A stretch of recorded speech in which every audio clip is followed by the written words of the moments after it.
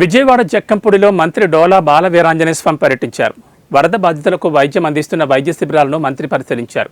Fits వచ్చిన మహిళలకు దగ్గరుండి వైద్యం చేయించారు. వైసీపీ నేతలకు వరదల గురించి మాట్లాడే అర్హత లేదని మంత్రి ఆగ్రహం వ్యక్తం చేశారు. కష్టాల్లో ఉన్న ప్రజలను ప్రభుత్వం అన్ని విధాలా ఆదుకుంటోందని మంత్రి వివరించారు.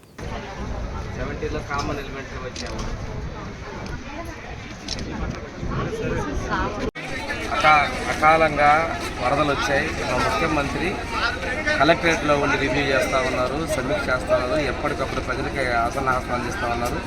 మంత్రులు, అధికారులు అందరూ కూడా సహాయ చర్యలు నిబద్ధమై ఉన్నారు. ఈరోజు వైవి సుబ్బారెడ్డి వచ్చేసి గేట్ ఇల్లు కాపాడుకోవడానో ఏదో పిచ్చి పిల్లపలు మాట్లాడుతూ ఉన్నాడు. నీ సొంత గ్రామం, నీ సొంత ప్రాంతాల్లో గుళ్ళకొమ్మ గేట్లు కొట్టకపోతే నువ్వేం చేసావు?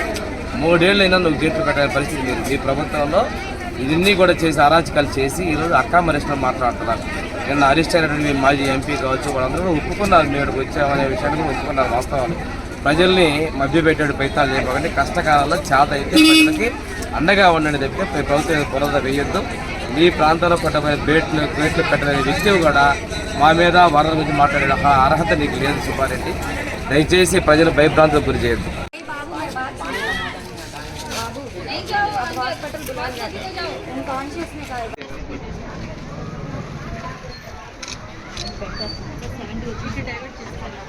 సెవెంటీలో కామన్ ఎలిమెంటరీ వచ్చాము.